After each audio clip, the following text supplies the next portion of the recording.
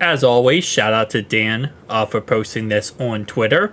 Radio voice of the Cincinnati Bengals and University of Cincinnati. My man, love this guy. Absolutely love him. He actually posted some pictures today on Twitter of him and Kay Adams. 5 observations from day 9 of Bengals training camp. Right tackle Trent Brown was cleared to practice but spent one more day on rehab field tossing a 50-pound bag among other things. Look for him to be in uniform and taking part in football activities tomorrow. And again, keep in mind, the starting job at right tackle is Trent Brown's. He is the starting right tackle of this team. Marius Mims, as I said, is going to get every single spot or every single chance possible to compete for the starting spot. But I really believe if, again, 100% healthy here, Trent Brown is going to be the starter for this team when it comes to the right tackle position. There's really no reason to force, Marius Mims and throw him out to the Wolves right away when you can go ahead and slowly get him up to football speed. And also you can use him in jumbo packages in different formations. Like, there's other times that we use more than just our basic offensive linemen for different plays. Last year we used Cody Ford for a lot of different plays in that orientation. Now, is it possible that we just move, Trent Brown to left guard and take over for Cordell Volson? Absolutely.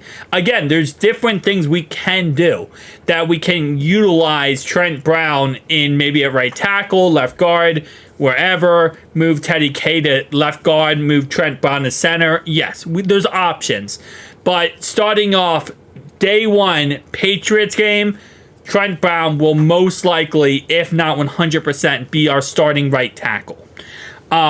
Doesn't mean we can't utilize him in different ways. Doesn't mean that we can't utilize Marius Mims in different ways. I do believe that Marius Mims will have reps this year, 100%. I don't think he's just going to sit and do nothing. It might not be 100% at the right tackle position, though, where Marius Mims gets reps. During goal line situations, you're on the 1-yard line and you're trying to bust your way into the end zone, well, why not put someone like a Marius Mims in there as an extra blocker, right? There's different formations we can utilize him in. Because he has shown so far in training camp and practice that, yeah, he is good enough. He is good enough to be a starter. Marius Mims has looked absolutely amazing. I'm looking forward to seeing Myles Murphy in preseason when he's allowed to hit the quarterback and tackle. I think he picks something up. I think he picks something each day to get better at, said Lou. You can see the progress, and it has continued for him to get to where he wants to be. And yeah, we made a video about him earlier. He has been looking pretty good in training camp so far. And a lot of what we drafted him for, his athleticism, his speed, his ability to cover, his ability to pretty much be utilized in any position possible, that's what we have seen so far out of him in training camp. And that's what you want to see out of a guy in his second year, his sophomore year. Not every single player can go from college to the NFL and pick up on the game speed, play at that high level, and be able to contribute right away. Some players take a year. Some players take their sophomore year is when they start to go ahead and take off. Other players might have a really good rookie year and have a really awful sophomore year. It's called the sophomore slump. But for the most part, it looks like could potentially have a really good sophomore year, which is amazing. The offense opened the 11-11 period with a long drive, ending with a Burrow to Trenton Irwin touchdown. But the defense did not allow another touchdown the rest of the day. You can see consistency starting to form where the highs and the lows aren't as big as last year. Okay, so this is a touchdown to the left-hand side. Who was that on? That is on DJ Turner. Wait, is that DJ Turner? That is not. No, that was on Geno Stone.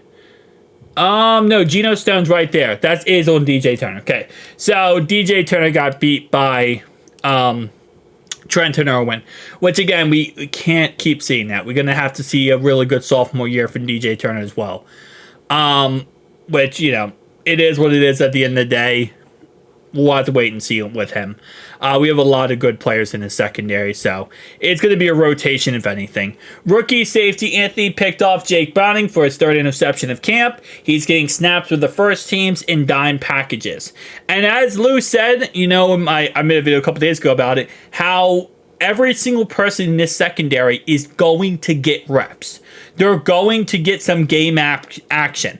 And when I say reps, I don't mean just reps in training camp. I'm talking about reps in real games. We're going to see these guys get utilized and actually play real games in different packages and different formations, stuff like that. He's a really competitive kid who wants to be coached hard.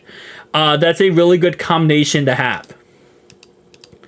And it's just like this was just a simple across the middle throw.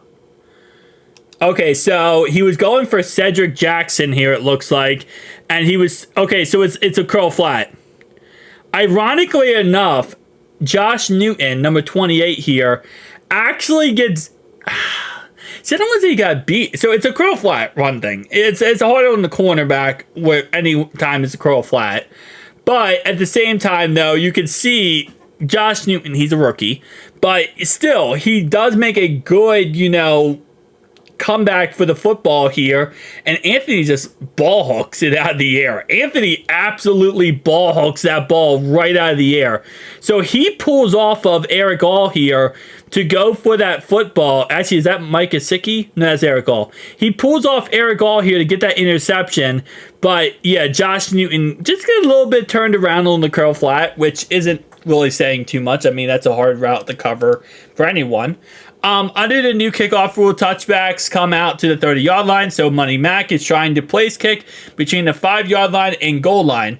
The one landed right at the 5. Placement is key, is a key priority. Yeah, 100%.